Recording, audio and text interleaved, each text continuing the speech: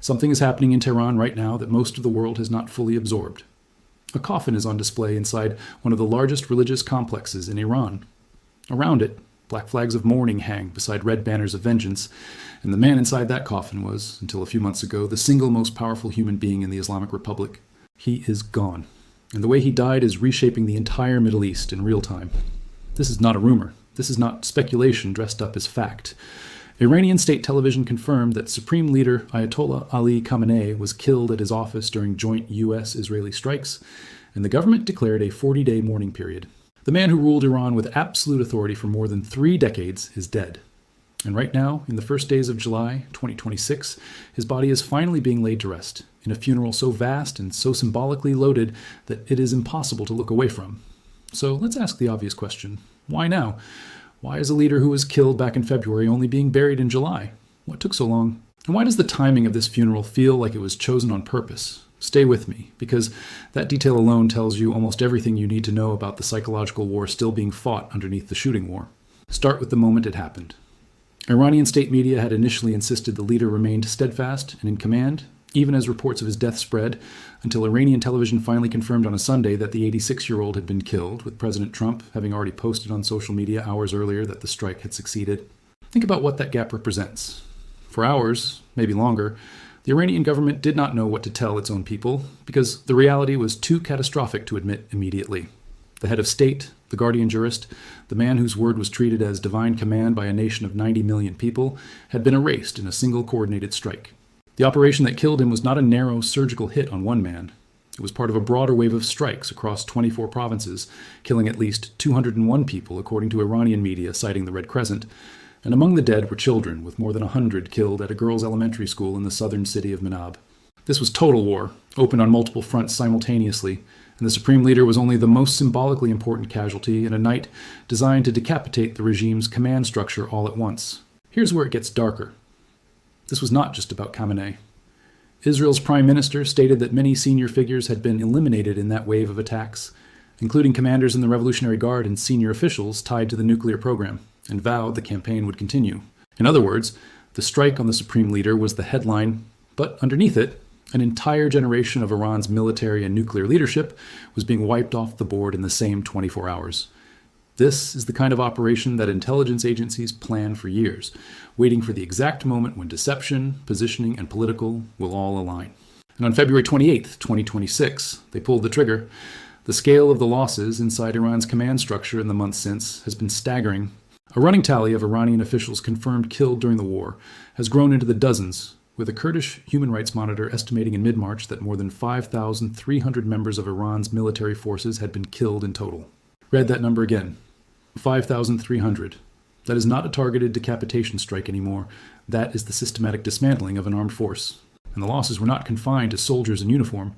Additional reporting has pointed to unnamed senior officials from Iran's Ministry of Intelligence among the dead, part of an overall estimated total of around 50 top officials killed in the war. 50 senior officials. Some replaced within days. Some never replaced publicly at all, because Tehran does not want the world, or its own citizens, to know exactly how hollowed out its leadership has become. Now here's the part that should genuinely unsettle you. Khamenei did not die alone. He was killed alongside family members, and among the strikes was one that killed his own wife, Zahra Haddad Adel. Think about the intelligence required to locate not just a head of state in hiding, but his family at the exact location, at the exact moment of a first strike. That is not luck. That is the product of a surveillance and infiltration operation that had almost certainly been building for months, maybe years, waiting patiently for the regime's guard to drop even slightly. So who leads Iran now? This is where the story turns genuinely strange, and where the psychological weight of this war becomes impossible to ignore. Khamenei's son, Mojtaba Khamenei, was named the new supreme leader roughly a week after his father's killing. But months later, he still has not appeared in public. A man now holding the single most powerful position in one of the most consequential countries on earth, and the public has not seen his face since he assumed that role. Ask yourself what that silence usually means in authoritarian systems. It rarely means everything is fine. Foreign observers, including South Korean media, have specifically noted reports of possible health complications, preventing him from appearing even at his own father's memorial services. A supreme leader who cannot show his face at his own father's funeral. Sit with that for a second. Either he is too badly wounded to be seen, or the regime is too afraid of what showing him would reveal about his condition, his authority, or his control over a government in visible crisis. Neither explanation is a good one for Tehran. He is believed to have been wounded himself in the very same February 28th strikes that killed his father, and he reportedly remains in hiding, staying in contact with only a small, tightly controlled circle of officials. A supreme leader who is hiding, not ruling from a palace, not addressing crowds, not projecting the kind of unshakable divine authority the position is built on, but staying out of sight in an undisclosed location while his country burns through the worst crisis of its modern history. This is not what strength looks like. This is what survival looks like. And who is actually running the country while the new supreme leader hides?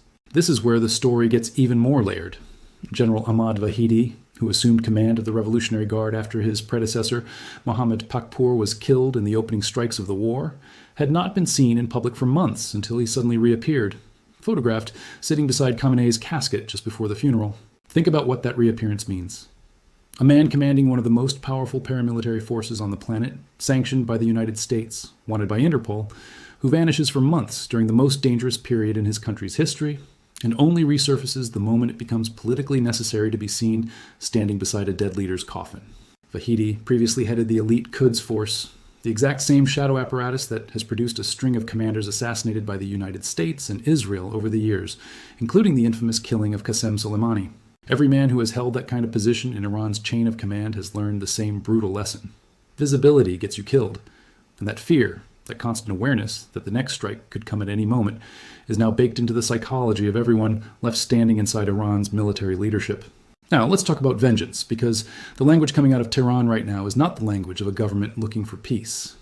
An advisor to Iran's parliamentary speaker posted a message this week vowing that from this day forward, the nation's only task would be preparing for the moment of what he called great vengeance, telling the slain leader that his soldiers stood ready to descend upon those responsible and avenge his death, and that no nation would rest until that vengeance was delivered. That is not a diplomat speaking. That is a promise of future violence, made publicly, timed deliberately to coincide with the funeral broadcast to millions. Iran's parliament speaker himself was seen embracing the Secretary General of Palestinian Islamic Jihad at the funeral. A visible reminder that Tehran's network of regional proxies is watching this moment closely, that the funeral itself is being used to project continuity and resolve to allies across the region. This is a regime that understands optics. Even wounded, even hollowed out, even led by a man who will not show his face, Iran is using this funeral as a stage to tell the world and to tell its own furious population that the fight is not over. For a regime that has spent months absorbing the worst military and political blow in its modern history, this funeral offers something it desperately needs, a chance to project power after surviving a war against two of the most capable militaries in the world. But projecting power and actually holding power are two very different things, and the cracks underneath the ceremony are visible if you know where to look. Start with the timing of the burial itself, because nothing about this date was chosen by accident. Khamenei's body was scheduled to lie in state on July 4th, the exact same day the United States marks 250 years since its founding. Think about that for a moment. Out of every possible date on the calendar, Iran's surviving leadership chose to place their fallen supreme leader's body on display on America's 250th Independence Day. That is not coincidence, that is message. A calculated, deliberate act of defiance aimed directly at the country that killed him, broadcast to the entire world on the one day guaranteed to draw maximum American attention. The funeral ceremonies themselves are unfolding across 5 cities in 2 countries, Tehran, Qom, and Mashhad inside Iran, and Najaf and Karbala across the border in Iraq, with millions of mourners expected to attend over the course of a week. Picture the logistics of that. A nation already battered by war, already suffering under crushing economic hardship, mobilizing what officials themselves describe as one of the largest logistical operations in the history of the Islamic Republic. Government employees, universities, labor unions, firefighters, soldiers, and aid workers have all reportedly been mobilized to pull off a funeral spectacle on this scale, despite the staggering cost of a war against 2 of the world's strongest militaries. Why would a broken, war-exhausted government spend resources it barely has on a funeral this massive? Because for an authoritarian system built on the illusion of unshakable divine authority, the death of the man at the very top is an existential threat to the entire structure underneath him. If the people see weakness, if they sense the throne is empty and the men around it are scared, the whole system can unravel far faster than any foreign airstrike could ever manage. So the funeral is not just mourning, it is theater engineered to hold a fracturing nation together by force of spectacle. Security around the event has been extreme. Iranian authorities have set up multiple checkpoints around the funeral complex, with barricades and road closures, keeping vehicles more than half a mile away, and large portraits of Khamenei lining the area alongside black mourning flags and red banners symbolizing martyrdom and vengeance. Ask yourself why a government would need to lock down half a mile of territory around a funeral for its own beloved leader. If the man commanded the universal love and loyalty the regime claims he did, security like that would be unnecessary. Instead, what we are watching is a government terrified of its own population, a population that has spent years absorbing economic collapse and months absorbing military humiliation, now gathering in the millions at the exact moment the regime is at its most exposed.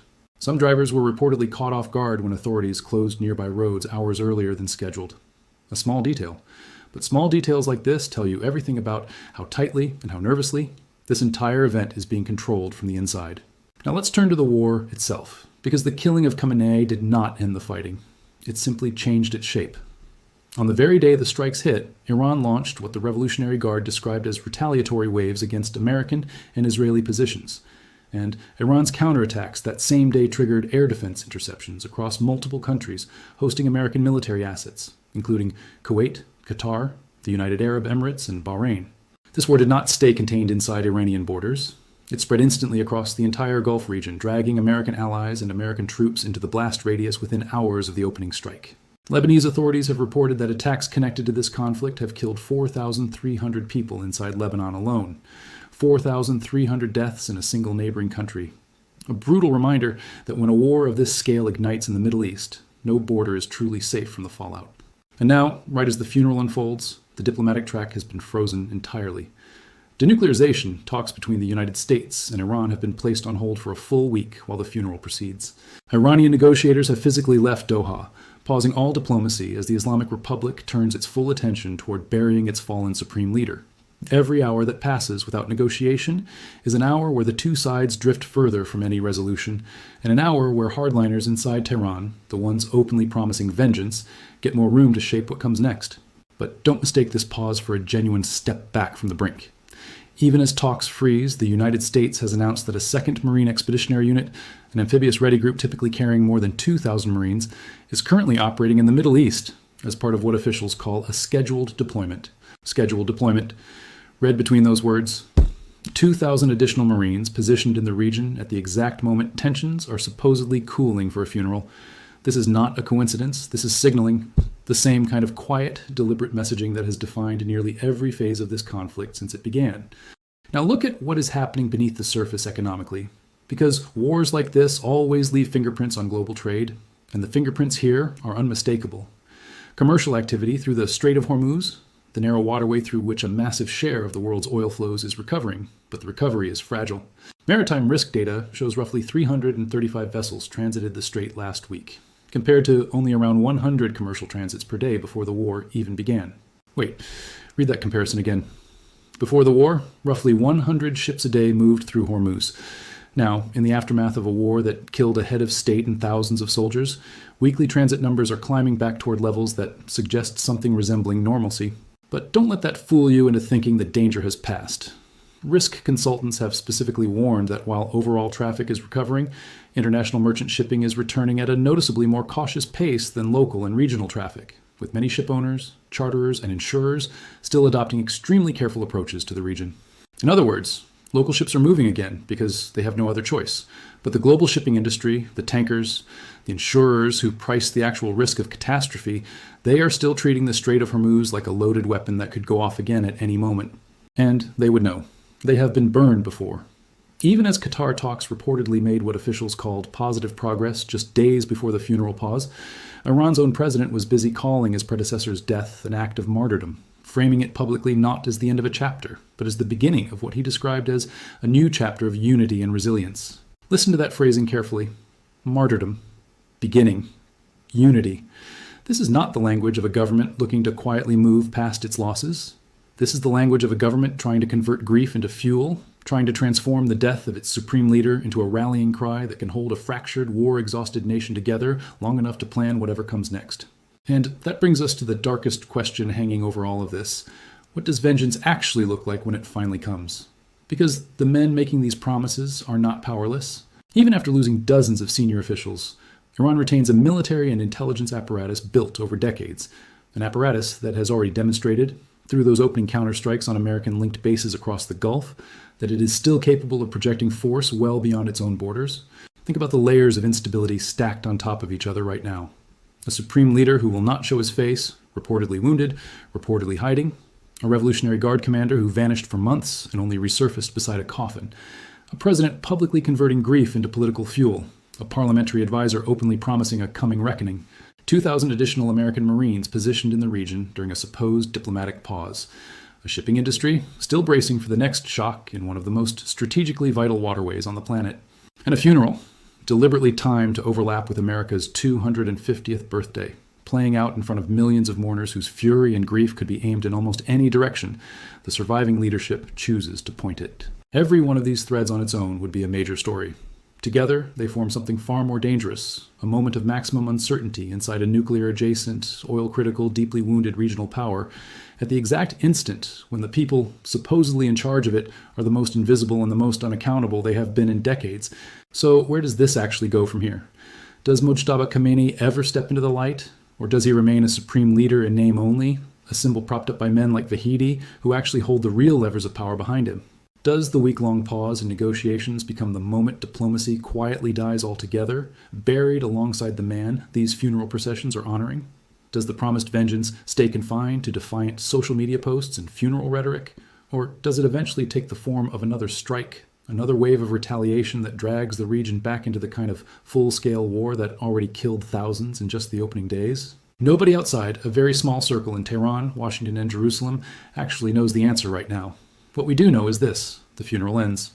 The mourning period concludes. The world keeps watching Doha for any sign that talks resume. And somewhere behind a wall of secrecy, a new supreme leader who has not shown his face in months is either quietly consolidating power or quietly losing his grip on it entirely. Which one it is may determine whether the next headline out of Iran is about a fragile peace holding together or about the vengeance so many of its officials have already promised finally arriving.